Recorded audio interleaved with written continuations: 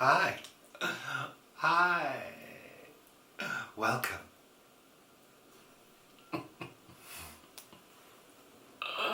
To the show, which is called Sunday Chat. That's right. Welcome to the autumn equinox.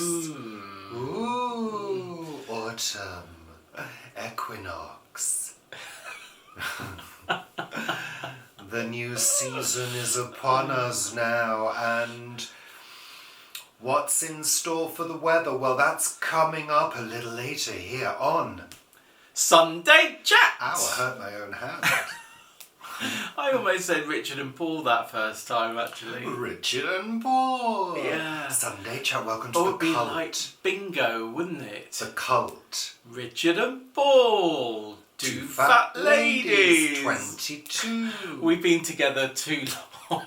Legs 11. Number 11. No, two dearie fat me. ladies isn't 22. That's two little ducks. You said 22. I just said two fat ladies. Richard and Paul, 88. two fat ladies. 88 two fat ladies. Oh, isn't that's it? right. Yeah. Yeah. Oh, dearie me. Yeah. Where's your coffee, Richard? Oh, it's over there. It's right over there. Coffee. Shall I put it closer? Magically appearing. Ooh, it's hot. Well, it is hot, yeah. Coffee. Yeah, That means I'll be on the ceiling in a few minutes. Really? Really? Well, I don't have that much coffee these days, Paul. No. I think a lot of people they go, oh, if I have coffee, I'll be doing this. It's sort of like, really? I think if you have a coffee, you'll most of you just do nothing. All these people who go on about, I'm allergic to something. No, you might be intolerant to it. You're not necessarily allergic. If you think you're allergic, get tested. Yeah. All right, God. To be so militant, Paul. Oh, militant Paul. Oh. Militant Paul. Maybe that's another video series coming up. No, we don't need any more ideas for video series, Paul. Thank you. Oh dear, I could wear a little sort of like green beret type, comrade cap and something. Comrade? Yeah, I could do that. All right, Yeah. calm down. It's the coffee talking. Yeah, I've had one sip and that's it. Mm-hmm. Yeah. So, welcome to the show. God, think what it would be like if I really was affected by caffeine. Well, how do you know Maybe you're I not? am. Maybe I Exactly. drink so much caffeine I don't even know that. I if think I you didn't. drink too much caffeine, actually, Paul. Yeah, maybe. Yeah. So, welcome to the show, and I want to say a very big thank you to all of you that wished me a happy birthday. Thank you. It was very, very appreciated. Thank you very much. And I also What do you want to say to those who didn't wish you a happy birthday? Well, go yourselves. I can't say that. Not really, I don't mind. Oh dear, yeah.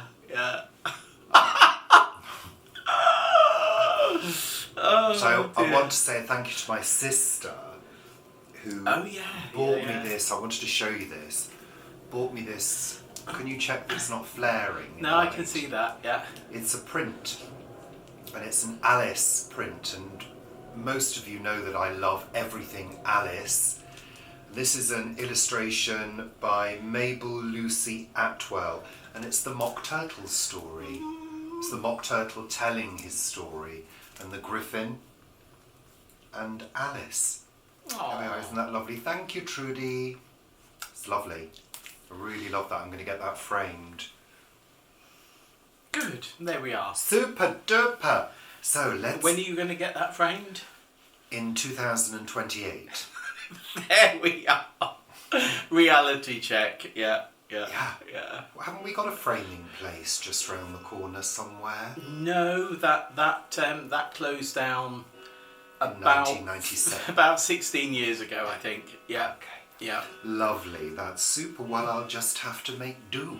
Maybe that was the last time you walked down the high street, 16 years ago.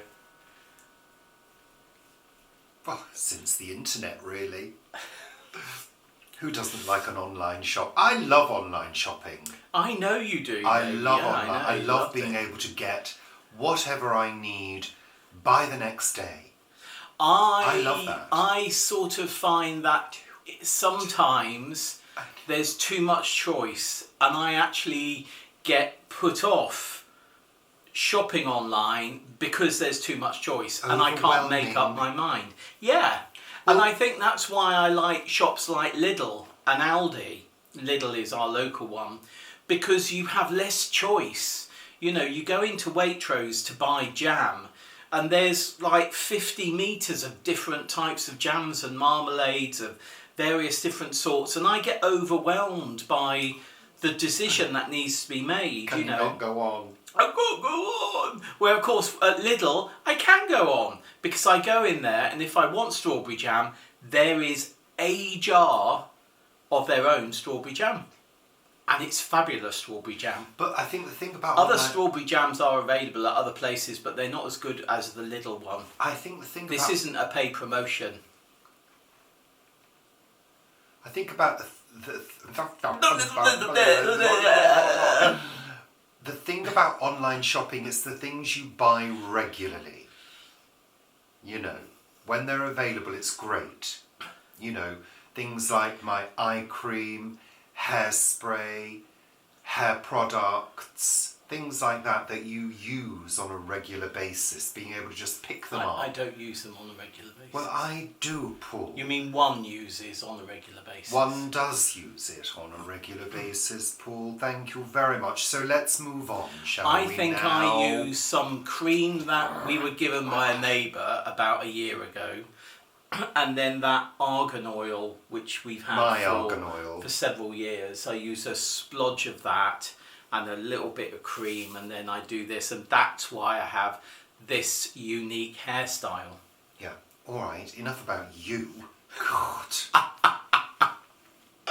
So let's move on. So as we mentioned, it is the autumn equinox, and, well, the weather reports at the moment are rather changeable, aren't they? are. They're changing all the time. We had an apocalyptic warning for thunderstorms. That was lifted yesterday, although they are still saying thunder could be a thing. No, they're not. They are. No, they're not. Yes, they are. No, they're not. That was lifted about half an hour ago. And have you actually read the details of the weather report, Paul? Thundery showers are possible. Oh, yeah. So I'm right, I think you'll find. You're always right. Absolutely. Apart from when you're often wrong. Yeah. And apparently there was a tornado in Aldershot in Hampshire. Yes. Yes. And some damage, you say, to trees. And some things. damage to trees. Yeah, we do get them. Things, buildings. I Don't think remember anybody was hurt. a water spout off Lerray when I was quite a young child. Yeah, that was quite impressive. It was, and everyone was going, "Oh look, there's a water spout." That was really quite It's exciting. just a tornado at sea, isn't it? Yeah, really? it is basically. Yeah. So yeah, weather is changeable. Rain is expected. Quite a lot of rain's expected, apparently, in the area. About 11 millimetres. Shame that dam pipe's not been fixed yet. No, but it'll be fine. It'll be fine. Yeah. Better be. Yeah. No, it will be. I just hope that the rain that does come is sort of frequent or steady. I don't want big downpours, and the reason I don't want that is because the allotment at the moment is so dry. I've not really known it this dry since 2018 when we had the drought. And the other day I watered our beetroot and our chard, and I gave them, I think, 3 watering cans of water over like an hour period. You know, I did one, then I left it half an hour, did another, left it half an hour, did another. Yesterday, 2 days later, I go down and it's just bone dry again.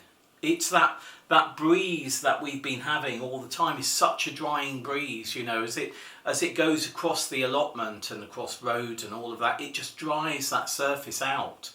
And yeah, so I hope that instead of having brief spells of torrents of rain. We have longer spells of steady rain. That's what I want. I think it's also dried your skin out as well, Paul, by the looks of it.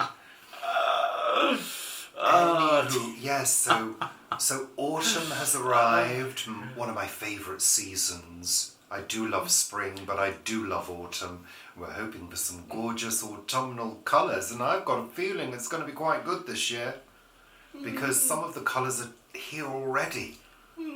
As we said, the Calicarpa's gone purple, and the berries are developing. The birch tree is turning golden. It is, yeah. The ballerina is turning in the back garden. There we are.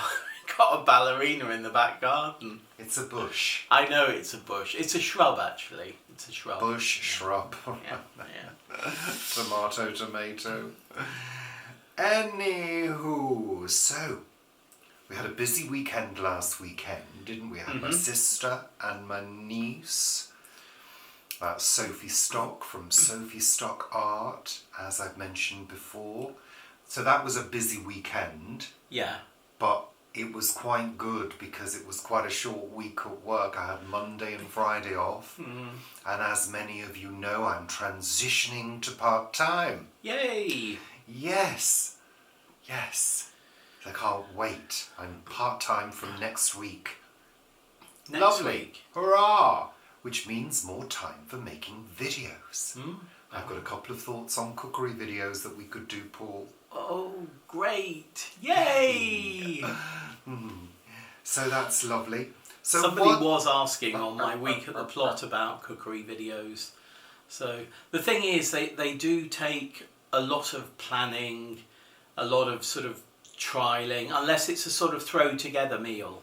Unless it's something you've cooked before, like your lentil burgers. Yeah, well, my lentil burgers. Somebody's asked for lentil burgers. Yeah. Somebody's asked for hummus. Yeah. As well. So, I mean, we could cover those kind of everyday, Richard and Paul, everyday cookery. We could do. I think what's also important to know is just because you want something happening or you want somebody to do something, it doesn't necessarily mean they will as well. But those, I think, are recipes that we could do, because I do them regularly. Yeah, Bog standard recipes. Yeah. I think we think about that. And I think we would add to that our falafel. We've done falafel.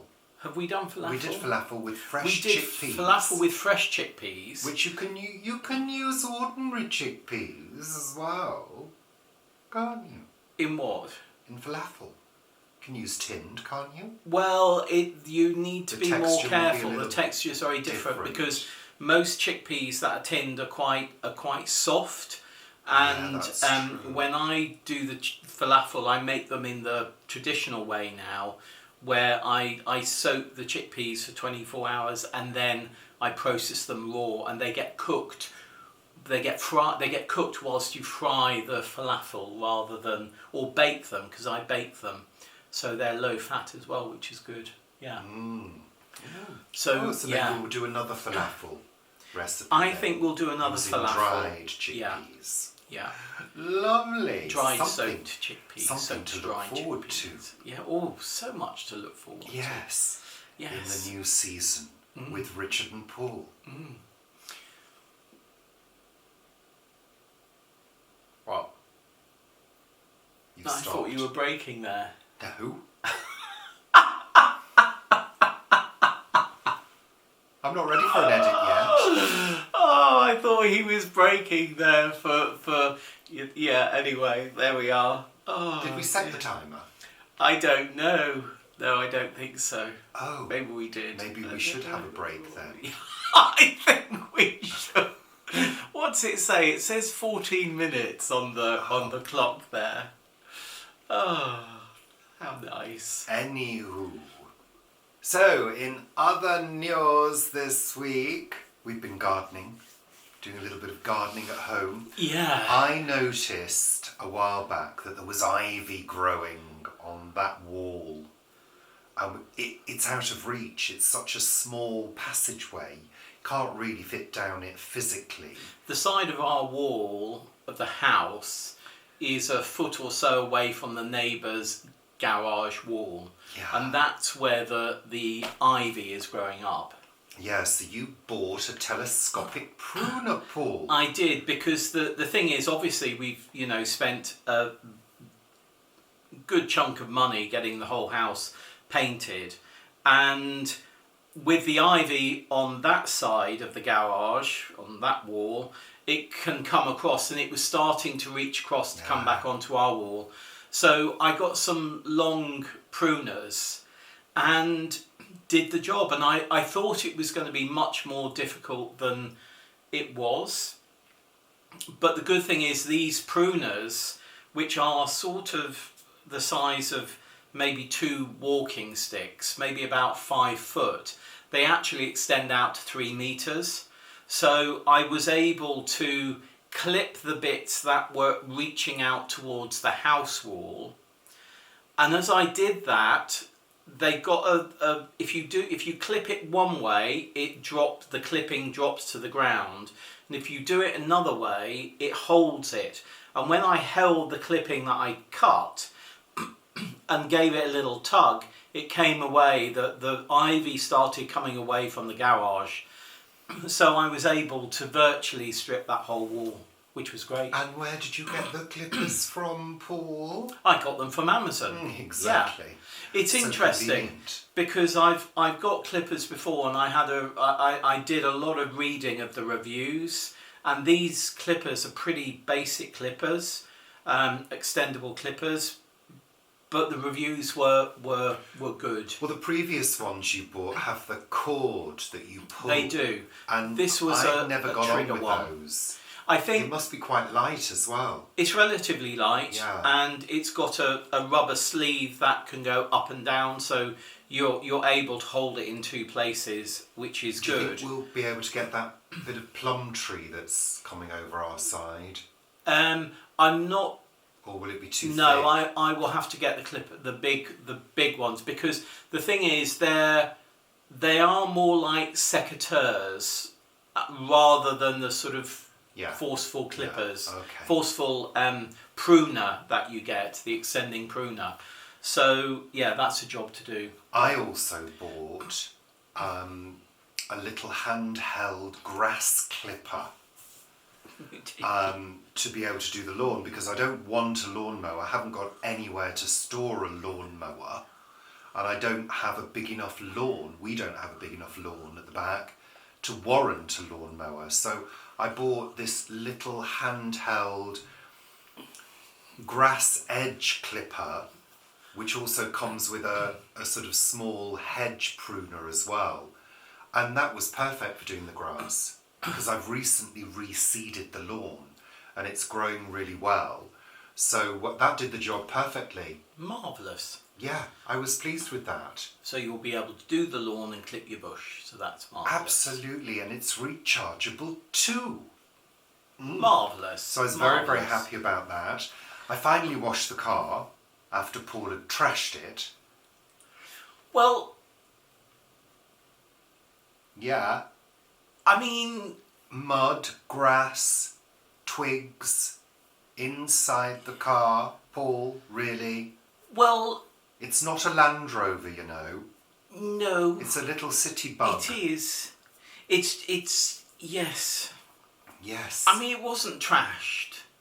There was some mud on the side, I do admit. And I also discovered a big bloody scrape where some other vehicle... That's not me, no. Well, yeah, you're saying it's not you. Well, no, I'd know if I'd scraped at something. Yeah, would you have said though? Yes, I would. Would you? I would. Oh. Unlike you, I would have done. Yeah. I've always divulged my scrapes. Always. Even when I hit the skip in the Xantia. Oh, well, look, that was a pretty impossible not to notice. You reversed out and reversed straight into the skip. I mean, you couldn't not notice that, could you? Because there was a big bang. Oh well. Unlike that time you drove into that other car in the car park. It's only been a couple of scrapes, Paul. But clearly that scrape on our car was done by when it was parked on the road. I think it was a delivery van or something. Well, yeah. Because because we do have off-street parking, we're fortunate, one very few houses that do around here, and we had to, when the house was being painted and the scaffold was up, our car had to be on the road. So or it was last weekend when it was on the road, when Trudy's car was parked on the driveway. Yeah, I mean, it could could have be. been. It looked pretty fresh to me. So I had to repair that with my touch-up paint. So I've done 3 coats of that. So you've got to let it cure. So I'm going to let it cure, and then it's going to be buffed and then finished with a lacquer. So hopefully that will remove that. It's annoying because that car's pristine body-wise, and I don't want it to start being scruffy. No, absolutely. Also in the news this week, a couple of things that have caught my eye. Tamagotchis are back, apparently. Did you have a Tamagotchi, Paul? No. Neither did I. They're the things... Little electronic pet. Yeah. You have to feed them. Or something. Yeah. I never understood how you could feed a watch. That it didn't. It's not a watch. Well, no, but they were sort of watches, weren't they? No, they were like a key fob. Were they? Yeah. I thought you could put them on your wrist or something. I don't know. You held them. I sort of didn't really understand them. I got the. Well, it's like a video game. Yeah, I didn't really get video games. Oh, Paul. That generation left you behind. Never really. I like ping pong. The pong. Boop. Yeah. Boop. All right. Let's move on. Boop. I like that one. Also in the news this week, something that annoyed me is a story about Elon Musk's satellites getting in the way of the view of the universe. So these are his Starlink satellites. And they're interfering with both visual astronomy and radio astronomy. Yeah. I mean, that person is doing so much to damage the planet. It's quite extraordinary. And people rate him, as a great person. I mean, I don't. And following his, words about inciting violence, which he was doing a few months ago, we've come off Twitter and things. So no, I'm not a fan of his. The main thought that I had was, who's, the universe does not belong to us. And the moon doesn't belong to us. The planets of the solar system don't belong to us. There's talk of mining asteroids, and mining the moon. These environments should be, I think, left alone until such time that we can learn to do things totally responsibly. I understand that, in terms of a civilization, eventually, if we haven't destroyed ourselves, the Earth will be destroyed by the expansion of the sun. So we'll destroy ourselves well before that. Yeah, but if we don't, I give it like 6, 7, 8 decades. If we don't, and we're not destroyed by an asteroid, of course, there is talk about that in the news this week, then we will need to expand into the solar system to find other places to live. Well, no, we don't, do we? We just need to not have so many children, basically. No, if the Earth is going to be destroyed, there'll be no Earth to have children on. Yeah. That's what I'm saying. Yeah. So that was interesting, and it sort of begs the question, what right have we got to pollute space and other planets? I know what happens is, things that are launched are created in clean rooms, so as to not introduce bacteria to space, but... Yeah, but they're not clean rooms once they sit on a launch pad, are they? The rocket that goes up and takes it up there, that's not clean, so you're already broaching... It's gathering bacteria on its surface, isn't it? And sort of as it goes up. And I know that very often these things then, satellites, the cones open up, a bit like James Bond, and the the thing gets released, so it's still clean, but who knows whether there's been any transition of bacteria during that process? We just don't know. Yeah, so I just thought it was an interesting thing. I think space exploration is, for me, both fascinating and at the same time, for human existence, I think it's unnecessary. But that's really because I don't rate the survival of the human race as that important in life. Where the survival of the planet, I think that's really important. Yeah, so exploration for the sake of us going elsewhere, I think is a waste of time and a waste of money. Understanding what's out there, that I think is the exploration that I approve of. Well, that's all we can really do at the moment, isn't it? Well, no, I know. Go very far No, at the moment. absolutely. But, you know, thinking of going to Mars, you know, we've obviously sent non-manned missions to Mars. And, you know, Jupiter, yeah, and all of that. You know, we've had a good explore of the solar system visually, and we've taken a few samples of things. Yeah, yeah. In terms of humans getting out there aren't a lot of options without habitats being built. Absolutely. And us learning how to build safe habitats and indeed get people across those long distances. You know, I mean, part of me does agree with it, but I doubt our ability to keep those environments pristine. Well, we won't, will we? Stable. We won't. I mean, No, it's as simple exactly. as that. No. I mean, you know, you talk about safe environments. What's the point of building a safe environment on the moon or on Mars or anything else when we can't create a worldwide safe environment for everyone on this planet? Yeah. If we can't do it here, we're not going to do it somewhere else. That's a bit like sort of saying, oh, well, I'm not going to empty that rubbish bin. I'm just going to go over to that other bin and start filling that up. You know, it's pathetic. The human race actually is pretty pathetic. Okay. Let's move on now before Paul's rant becomes so negative everybody switches off. I'm not being negative. Well, I'm think not being you are, negative. Paul. I think you're very negative. I'm being a realist, that's all. Yeah. Very negative. Right, so it's the 22nd. You're watching this on the 22nd of September. Let's see what the word is. So I'm choosing a word from A Word for Every Day of the Year by Stephen Poole. Oh. That's encouraging, isn't it? Oh, there's a whole page of words. Well, just read the first couple of paragraphs.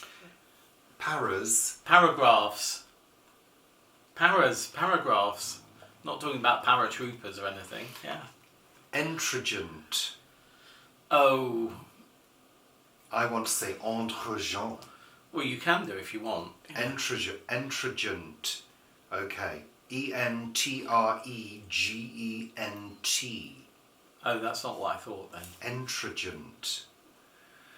English lacks a single word for general social interaction or small talk where conversation might be too specific, or at least it does now since we stopped employing the classy term entregent. This was a straight steal from Norman French. Entregent. Yeah. Literally meaning between people. Yeah, so like entre nous. Yeah. Between us. Between us. This was a straight steal from Norman French, literally meaning between people, entre gens. And possessing a quality, entregent was the sign of a classy person. The politician Philip Dormer Stanhope Lord Chesterfield, born on this day in 1694, advised his son in a letter how to flirt with women. He should be exceedingly respectful, but at the same time easy and unembarrassed. Your chit-chat or entregent with them neither can nor ought to be very solid, but you should take care in turn and dress up your trifles prettily, and make them every now and then convey indirectly some little piece of flattery. That's somebody that you want, somebody who makes trifles and decorates them. I think that's rather lovely. So there we are.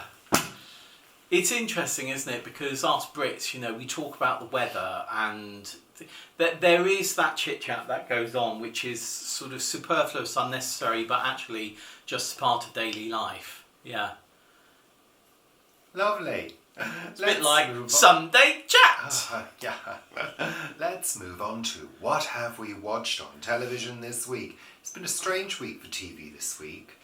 We haven't actually watched that much. Well, we had your sister and niece at the weekend, so we didn't watch things over the weekend because we were sort of chatting and doing other things. So it's been quite compacted. I think we watched Only Connect, didn't we, on Monday? Did we? Yeah, I think we both fell asleep during that. And then we watched a few other things. We watched, continue with the series Grace. Yeah, we were both sort of going, that wouldn't happen. No, that doesn't work. I don't know, it just feels a bit loose, the writing on this. I don't know really why we're continuing with it. Well, I'm continuing it because I think you fell asleep, so you didn't find out what happened at the end anyway, but again, it's one of these things where they decide to do a series, a TV series based on a series of books, and in this case it's a series of books that I really like, and then they change them and they make them less believable than the book that you've read, and I just don't understand that. I really don't understand why you would do that. It makes no sense to me. We started a couple of new series. We've started Mr. and Mrs. Smith, which I think is kind of based on the film, isn't it? Yeah. It's a similar setup. Yeah. So it's a couple who are spies. We've only just started sort of knowing them. Yeah. Because we're at the beginning. So yeah, it seemed quite interesting, quite fun in places, a little bit of humour. It started really sort of quite high impact. And I think it's getting a little bit long in some of the scenes now, but yeah. We've also started Mr. Mercedes, which is based on the Stephen King book of the same name. Yeah. And yeah, I'm quite enjoying that. Yeah. It's quite a... When I say a difficult watch, the characters and situations are quite dark and quite frustrating. But I've noticed that the director or editors, whoever you want to attribute to this, have sort of found quite a good rhythm to match the writing style. So what I mean is, you'll sort of get to the point where you're thinking, oh God, this is really frustrating me now. We need some change to occur now in order to sort of lift us up out of that situation that is becoming frustrating and dark. And they just manage to catch those rhythms at the right time, where there is relief from the drudgery of a frustrating situation or a frustrating character with very poor habits, which our main character has. And you're kind of wanting things to change for this character. Change is being offered but not taken up. Yeah. And you want him to take up those changes, move forward, lift out of this situation.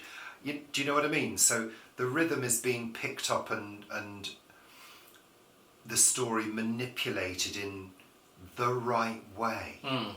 Sometimes directors go too far. Yeah, well, we were saying about The Gentleman, which we were quite enjoying the first episode a couple of months ago, and then it just the chicken thing at the end of the first episode was just a bit too much for us. It was sort of like, oh God, that's what's his name, isn't it?